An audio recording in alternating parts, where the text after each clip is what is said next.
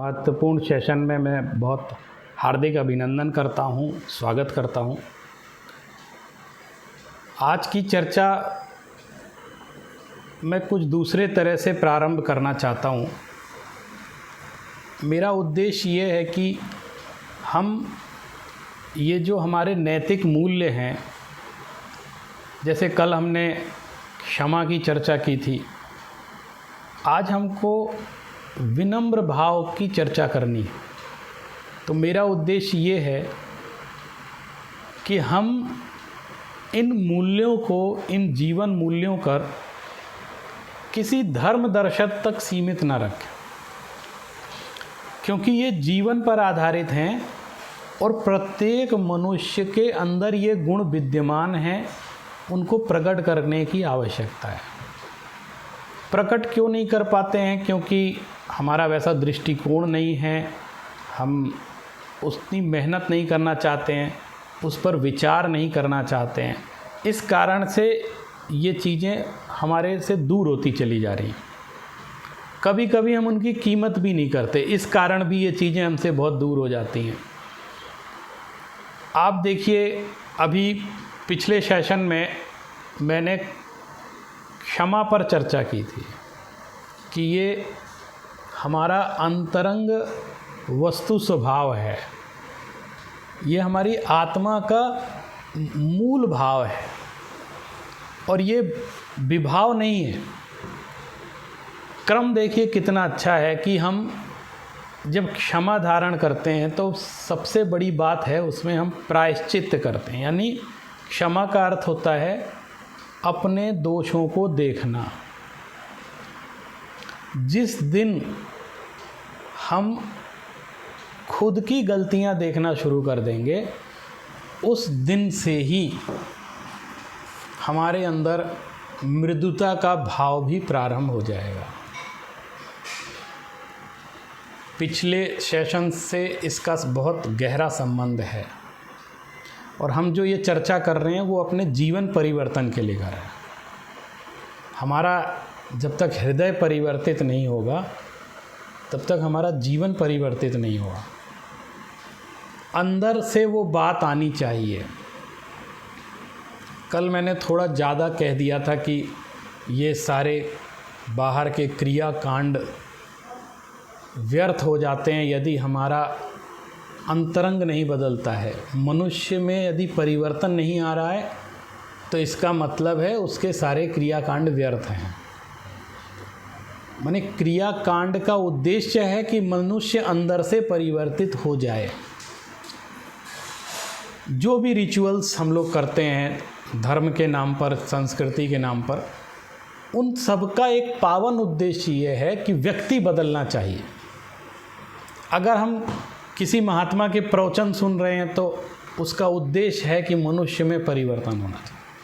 यदि कोई व्यक्ति कोई महान ग्रंथ लिख रहा है और हम उसका स्वाध्याय कर रहे हैं तो उसका उद्देश्य है कि मनुष्य बदलना चाहिए, मनुष्य में परिवर्तन आना चाहिए। उसका हृदय बहुत उदार बनना चाहिए, बहुत संकुचित नहीं होना चाहिए। तो ये उदारता प्रारंभ कहाँ से होगी? जब हमारे अंदर मृदुता का भाव होगा। और यही आज हमारा मुख्य विषय है, मार्दव। इसको धर्म कहा गया है। धर्म का मतलब क्या होता है? गुण। ये मनुष्य का गुण है, लेकिन हमारे सामने इतना बड़ा अंधकार छा गया है कि हम अपने इस गुण को भूल चुके हैं। हमें मृदु होने के लिए करना क्या है? मैं ऐसा कौन सा क्रियाकांड करूं कि मेरे अंदर मृदुता का विकास हो जाए? आप बताइए, कौन सा काम करें हम ऐसा? है कोई तरीका कि मेरे अंदर मृदुता का भाव, यदि मैं ना चाहूँ तो मेरे अंदर क्या वो भाव विकसित हो सकता है? दरअसल शालीनता, विनम्रता, मृदुता ये भी कोई उपलब्धि नहीं है, ये अचीवमेंट्स नहीं है, ये हमारा स्वभाव है। इसके विपरीत हम देखें तो अहंकार ये हमारा अचीवमेंट है। हमने इसका आश्रय किया है, इसको अपने ऊपर ओढ़ा है। हमको हम्बलनेस प्राप्त नहीं करनी है, कहीं से लानी नहीं है, सिर्फ अहंकार का विसर्जन करना है।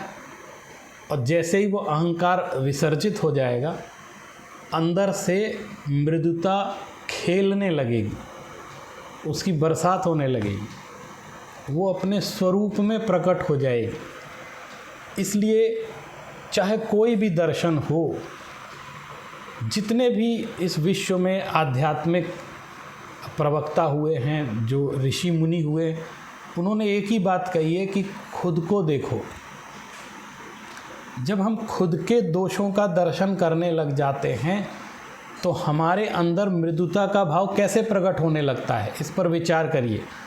हमारे अंदर सरलता कैसे प्रकट होने लगती है?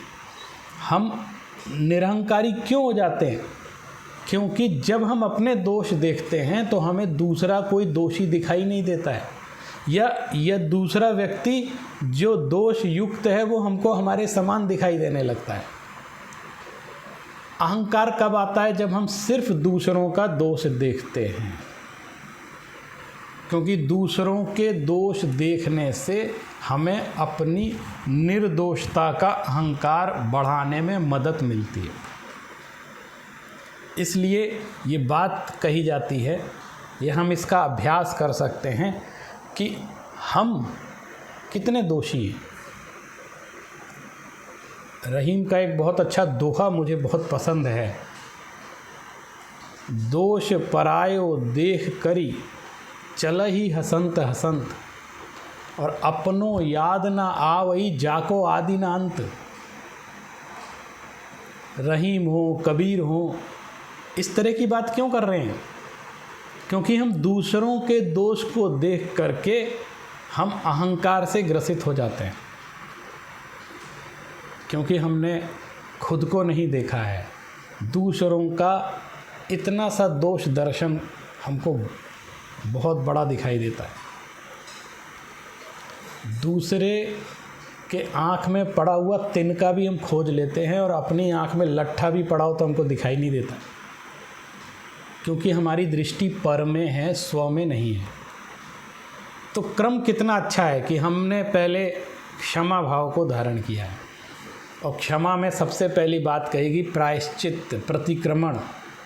जब हम अपने दोषों की गरहा करेंगे, अपने दोषों का मूल्यांकन करेंगे, तो हमारे अंदर अपने आप विनम्रता प्रकट होना शुरू हो जाएगी।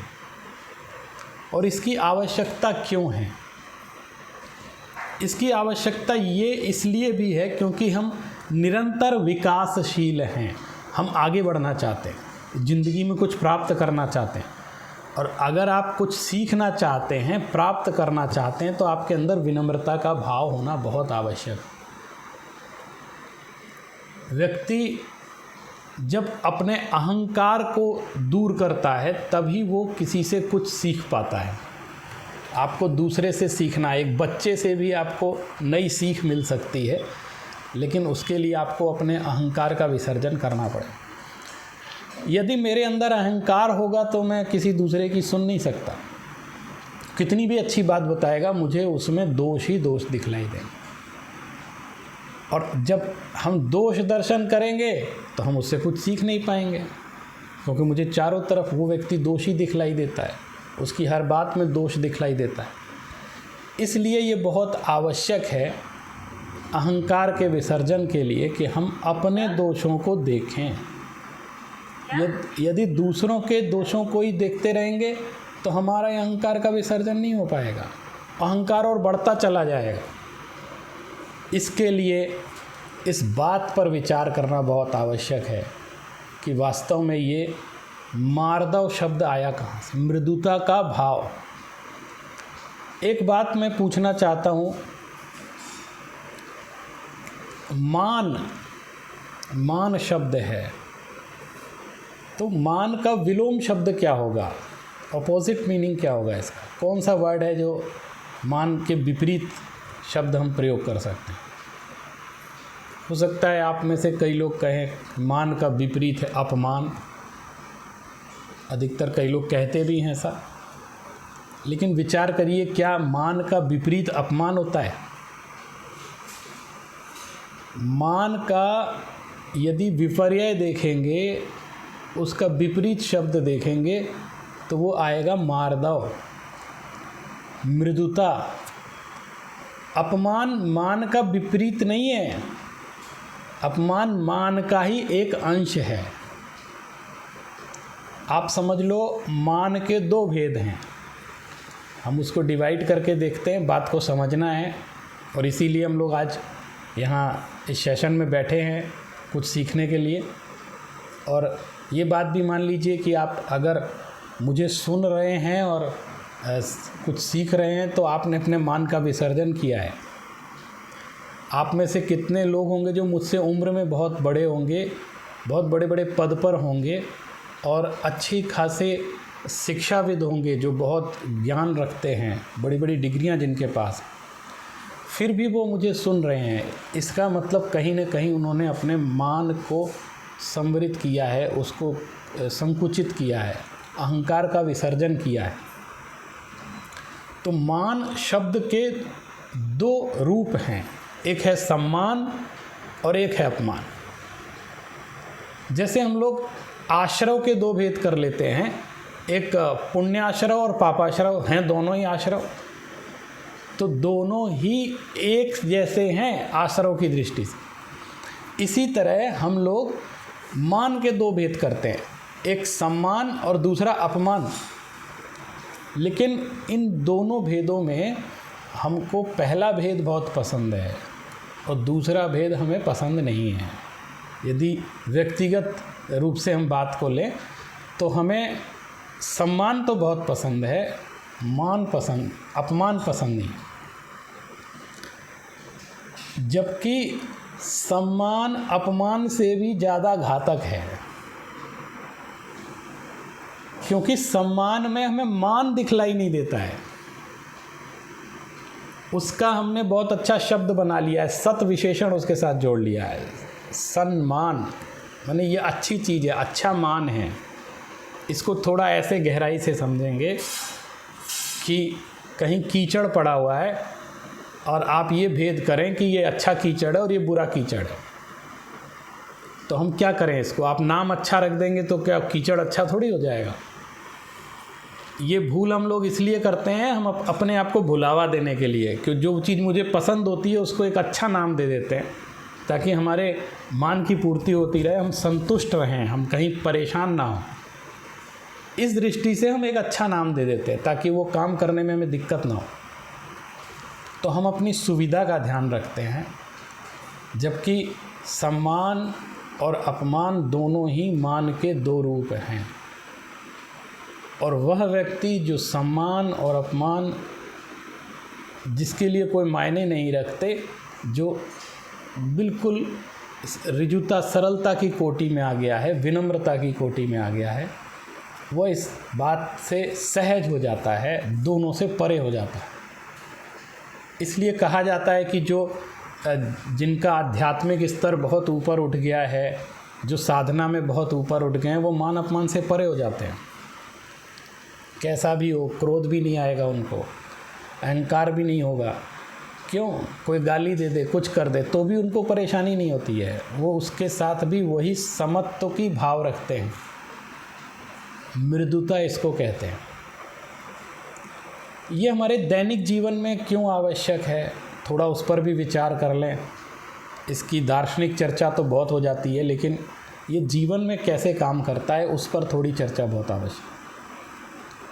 बहुत समय पहले तक आपको एक दृश्य दिखाता हूँ कि घर में जो बच्चे होते हैं उनको सड़क पे भी माँ बाप मार देते थे तो भी वो कोई परेशान नहीं होते थे। एक बार एक व्यक्ति ने कहा कि आजकल बच्चों को फ्रेश होने के लिए हम लोग मॉल ले जाते हैं, हम लोग पिकनिक स्पॉट्स पे ले जाते हैं, हम लोग क्लब में ले जाते हैं, गेम्स खिलाने ले जाते हैं, लेकिन हमारे समय में हमको 2 झापड़ गाल में पड़ता था और हम फ्रेश हो जाते थे। हमको कभी कोई तनाव नहीं होता था, वो सब दूर हो जाता था। एक समय था जब किसी छोटे बच्चे को आप सड़क पर भी मार दें तो वो परेशान नहीं होता था। फिर थोड़ा समय आया हम लोगों का, जब हम लोग बचपन में थे, तब हमने हाथ जोड़ के प्रार्थना की कि आप मुझे मार सकते हैं लेकिन सड़क पर मत मारिए, घर पर मारिए, ताकि कोई देखे ना, मेरा अपमान नहीं होना चाहिए। और फिर धीरे धीरे जनरेशन आगे बढ़ती गई। अब ये स्थिति है कि व्यक्ति घर के अंदर भी वो सहन नहीं करता है। एक छोटा सा बच्चा भी मान के प्रश्न अपमान को फील कर रहा है, ईगोइस्टिक हो गया है, उसको लगता है मेरा अपमान हो गया। जो सरलता, जो रिजुता बालपन में हुआ करती थी या होती है, वो धीरे धीरे धीरे नष्ट हो रही, क्योंकि वो इतने परिपक्व होते जा रहे हैं। उनको हमारी शिक्षा दीक्षा इतना मानी बनाती जा रही है बचपन से ही कि वो जरा सा डांट भी सहन नहीं कर पा रहे। उनको लगता है कि आपने मेरा अपमान कर दिया, आप मुझसे सॉरी कहिए, आपने मुझसे ज़ोर से क्यों बोला है।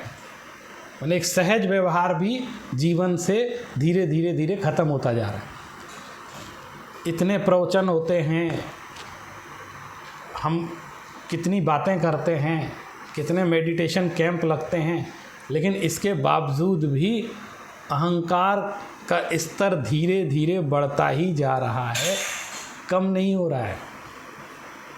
उसका एज लेवल भी, माने बड़ों में तो जितना होता है, बच्चों में भी वो उसी स्तर से उसका अनुपात बढ़ता चला जाए। इसके साथ सबसे बड़ी समस्या ये हो गई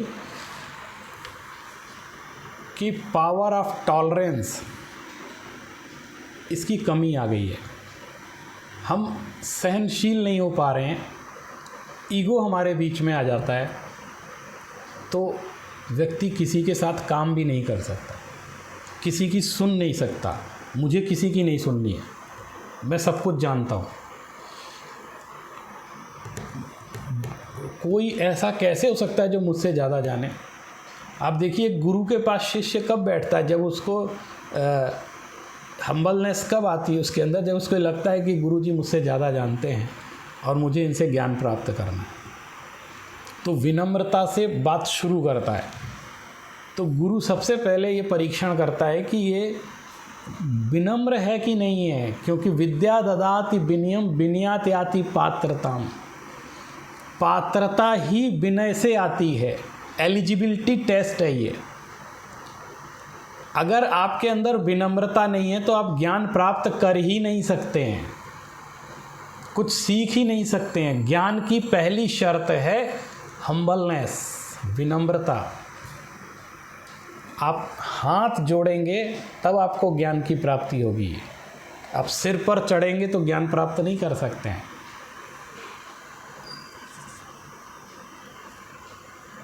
यूनिवर्सिटी में, कॉलेज में, स्कूलों में जो विद्यार्थी जितना विनम्र होता है वो उतनी जल्दी ज्ञान प्राप्त करता है।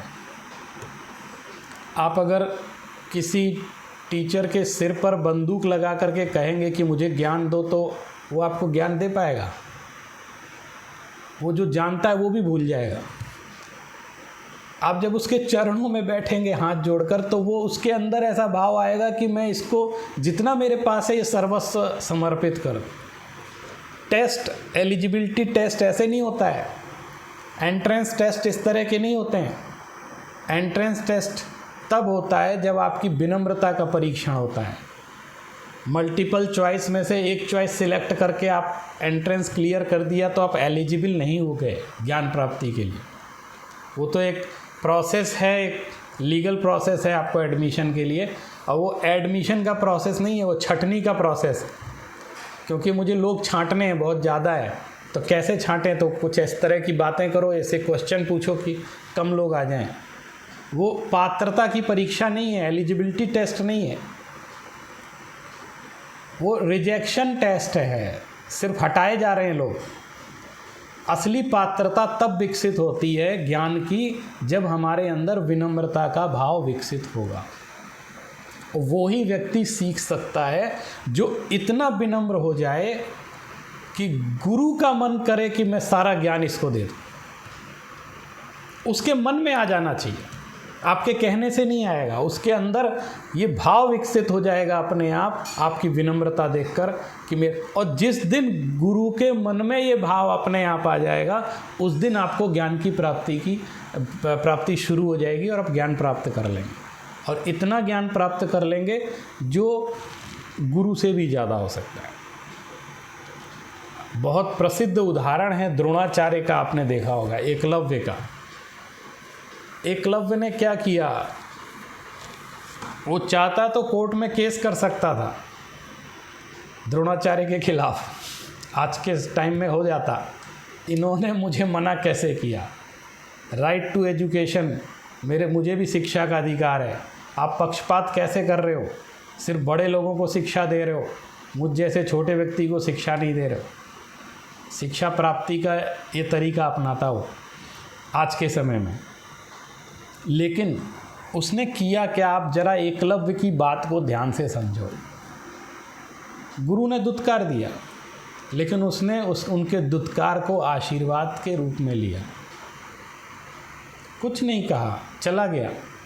मैंने इनको अपना गुरु मान लिया है, उनको रोज़ प्रणाम करता था, उनकी एक मूर्ति बना ली, उनको प्रणाम करता था और अभ्यास करने लगा, और बहुत बड़ा धनुर्धर बन गया। द्रोणाचार्य जैसे गुरु, जब उनको पता चला कि ये मुझे मैंने वादा किया था कि अर्जुन को सबसे बड़ा धनुर्धारी बनाऊंगा, धनुष बाण चलाने वाला बनाऊंगा, योद्धा बनाऊंगा, तो ये कौन व्यक्ति है जो उससे भी अच्छी धनुर्विद्या सीख गया है, और ऐसा कहाँ। अर्जुन को पता चला तो अर्जुन ने कहा कि आपने पक्षपात किया है गुरु से। क्यों? बोले मुझसे छुप कर के आपने ट्यूशन पढ़ाई है किसी और को, तब तो मेरे से ज़्यादा एक व्यक्ति धनुर्धर बन गया है। बोले उनको विश्वास नहीं हुआ, ऐसा कैसे हो सकता है, मैंने तो तुमको ही सिखाया और कोई था ही नहीं। अर्जुन के अंदर भी वो समर्पण नहीं था जो एकलव्य के अंदर था। अर्जुन तो अपना राइट समझ रहे थे कि मेरा अधिकार है कि ये मुझे शिक्षा देंगे। एकलव्य के पास जा कर के पता चला, वो तो कह रहा है यही मेरे गुरु हैं। तब अर्जुन को डाउट हो गया कि ये कह रहा है कि मेरे गुरु हैं और गुरु जी कह रहे हैं मेरा शिष्य नहीं है। अर्जुन को डाउट हो गया कि ये तो कुछ गड़बड़ है मामला, कहीं भ्रष्टाचार चल रहा है इसमें। कैसे गुरु हूँ मैं तुम्हारा? बोले आपके पास में आया था, आपने एडमिशन देने से मना करे, तो मैंने आपकी मूर्ति बनाई और रोज़ उसको प्रणाम किया और धनुष विद्या का अभ्यास किया। तो गुरु तो आप मेरे हैं ही, मेरा और कोई गुरु नहीं है। ऐसा विनम्र भाव उस शिष्य के अंदर था, गुरु ने नहीं सिखाया तो भी सीख गया। उसका कारण क्या था? एक ही कारण था कि उसके अंदर विनम्र भाव था, हम्बलनेस। आप अपनी विनम्रता से अपना ही हृदय नहीं, दूसरे का हृदय भी परिवर्तित कर देते। एक बार हम्बलनेस रखिए तो हमको चेंज करना है, सिर्फ बातें नहीं करनी है। इसलिए ये बात कह रहा हूँ, हमें जहाँ विनम्र होना चाहिए वहाँ हम अभिमान से जा रहे हैं। आपने देखा होगा प्राचीन मंदिरों को दरवाजे बहुत छोटे होते थे, मूर्तियाँ बहुत बड़ी होती थी अंदर। उसका कारण मालूम है क्या? उनके पास पैसा नहीं था बड़ा दरवाज़ा बनाने के, नहीं,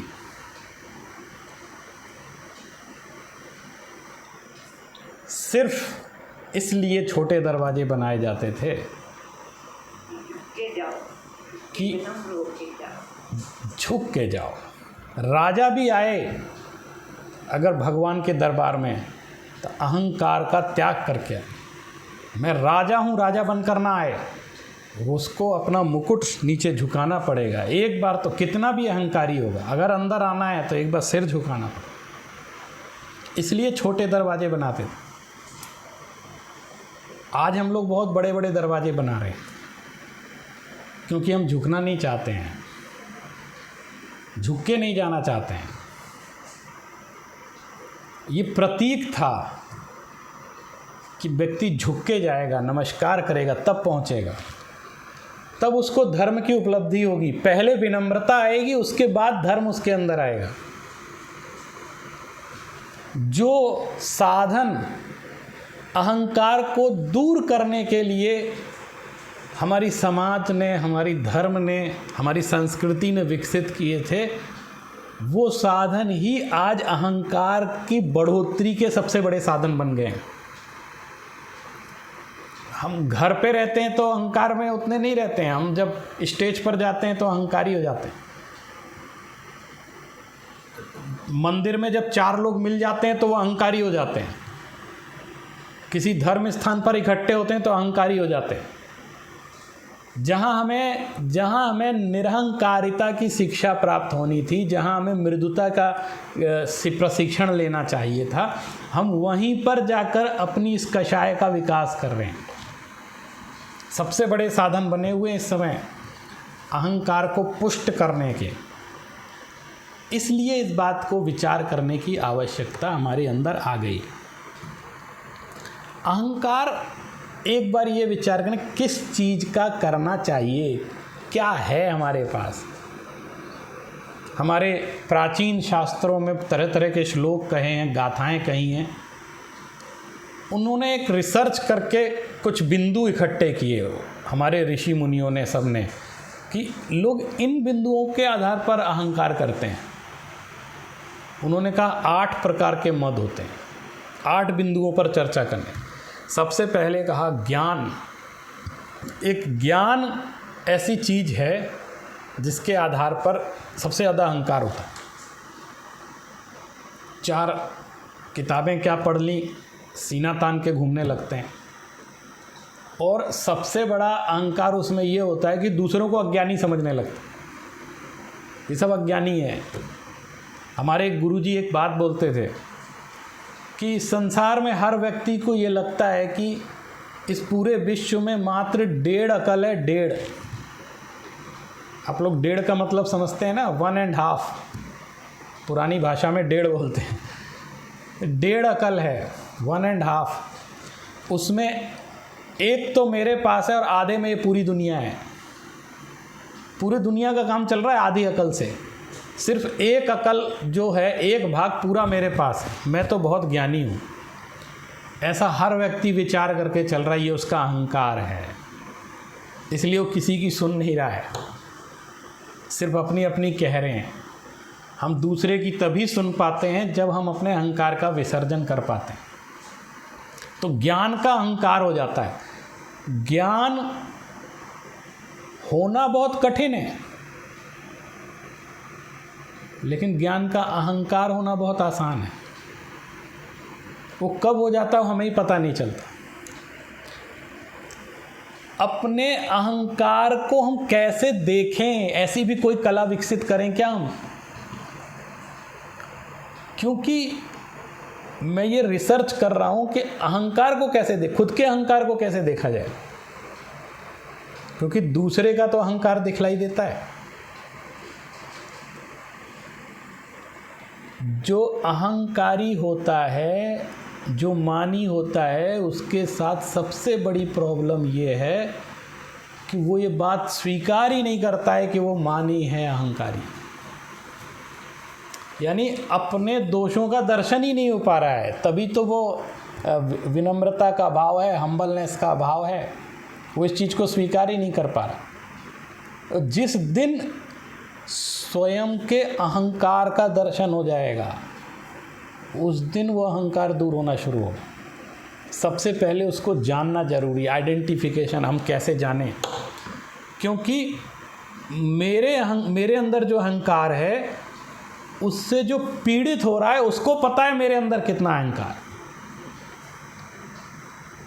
आचार्य समंत भद्र ने एक सूत्र दिया है, न धर्मो धार्मिकई बिना। धार्मिक के बिना धर्म नहीं होता है। इसलिए उन्होंने कहा कि धर्म के क्षेत्र में कभी अपने साधर्मी भाई का अपमान मत करना। गर्व में मैं यहाँ का मालिक हूँ, मैंने मंदिर बनवाया है, मैंने इतने शास्त्र लिखे हैं, और मेरा इतना बड़ा त्याग है, ज्ञान है, मुझे मेरे अंदर बहुत ज्ञान है। आप जब जब ज्ञान का अहंकार करते हैं तब तब अपने अंदर के मिथ्यात्व का पोषण करते हैं और दूसरों को नीचा दिखाना चाहते हैं। हमारी ये जो कोशिश है वो किसी और का घात नहीं करती है, स्वयं मेरा घात करती है। और एक साधर्मी का अपमान करना, एक सज्जन व्यक्ति का अपमान करना, इसका अर्थ है कि आपको धर्म की स्वीकृति नहीं है। इसलिए अच्छे लोगों का कभी अपमान नहीं करना चाहिए, क्योंकि उसको तो कुछ फ़र्क नहीं पड़ेगा, वो अच्छा है। फ़र्क किसको पड़ेगा? फ़र्क मेरे अंदर पड़ता है, हमारी समाज के अंदर फ़र्क पड़ता है। समाज उसमें पिछड़ जाती है, क्योंकि जब अच्छे लोगों का अपमान होता है तो कुछ नहीं कहते हैं, वो सिर्फ उसको महसूस करके रह जाते हैं, कोई बात अपनी कहेंगे नहीं, लेकिन वो धीरे से छोड़ कर चले जाते हैं। और इस तरह बुरे लोगों का साम्राज्य बढ़ता चला जाता है, वो हावी हो जाते हैं। इसलिए इस बात पर विचार करना चाहिए, ज्ञान का अहंकार। और दूसरा है पूजा का अहंकार। हमारे प्राचीन शास्त्रों में इस बातों को कहा है, हम एक एक करके इसका अगर एनालाइज इसको करेंगे, इसको समझेंगे। पूजा का अहंकार, जरा सा लोग पूछते क्या हैं, जरा सम्मान क्या कर दिया, ऊपर चढ़ गए, अहंकार में डूब गए। कुल का अहंकार, मैं इस कुल का हूँ, इस परंपरा का हूँ, मेरे पिताजी इतने ऊंचे थे, मेरा ये था, ऐसा अहंकार हो जाता है। जाति का अहंकार हो जाता है, मेरी तो जाति बहुत ऊंची है। किसकी जाति किसने बनाई, ये जाति कब उठी कब गिर गई किसी को नहीं पता, लेकिन फिर भी जाति का कुल का अहंकार होता है। और ये अहंकार का अर्थ है कि आप अपनी जाति को ऊंचा, अपने कुल को ऊंचा समझते हैं और दूसरे को नीचा समझते हैं, इसलिए यह अहंकार विकसित होता है। बल, रिद्धि, तप, तपस्या, मैं बहुत बड़ा तपस्वी हूँ, ऐसा अहंकार हो जाता है। शरीर का अहंकार हो जाता है, मैं बहुत रूपवान हूँ, मैं बहुत सुंदर हूँ, मैं बहुत बलिष्ठ हूँ, इस तरह अहंकार हो जाता है। तो जब जब इस अहंकार की मीमांसा की जाती है तो इन मुख्य बिंदुओं को, इसके अलावा भी बहुत सारे कारण होते हैं हमारे अंदर अहंकार के, तो जब तक हम उस अहंकार का विसर्जन नहीं करेंगे, अहम का विसर्जन किए बिना स्वयं का दर्शन नहीं हो सकता।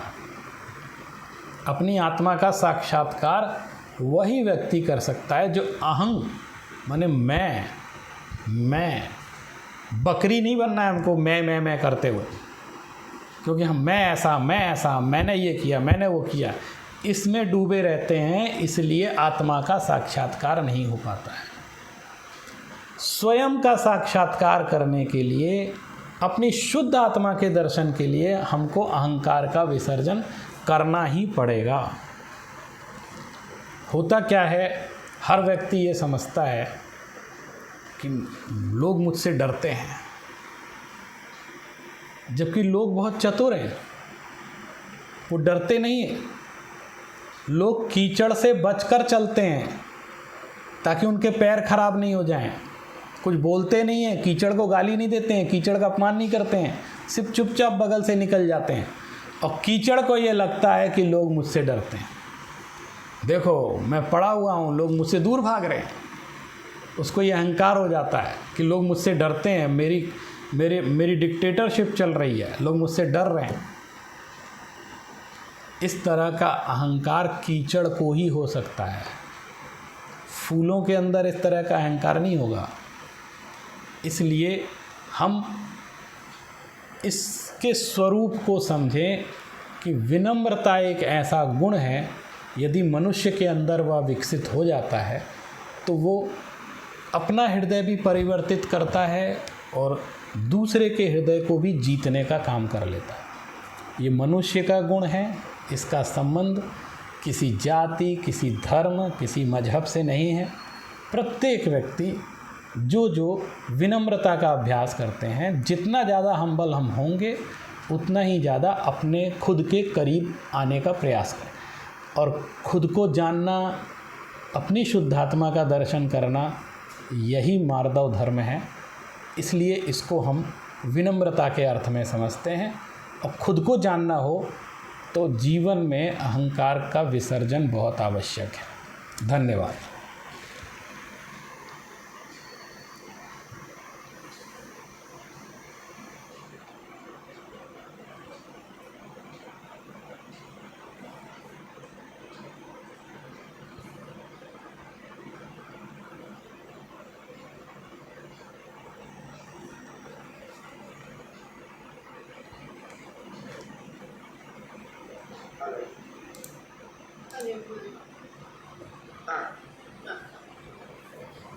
आज हमने जो उत्तम देख लिया कि किस प्रकार से हमारे अंदर विनम्रता बंद हो होनी गया ना? चाहिए, इस विषय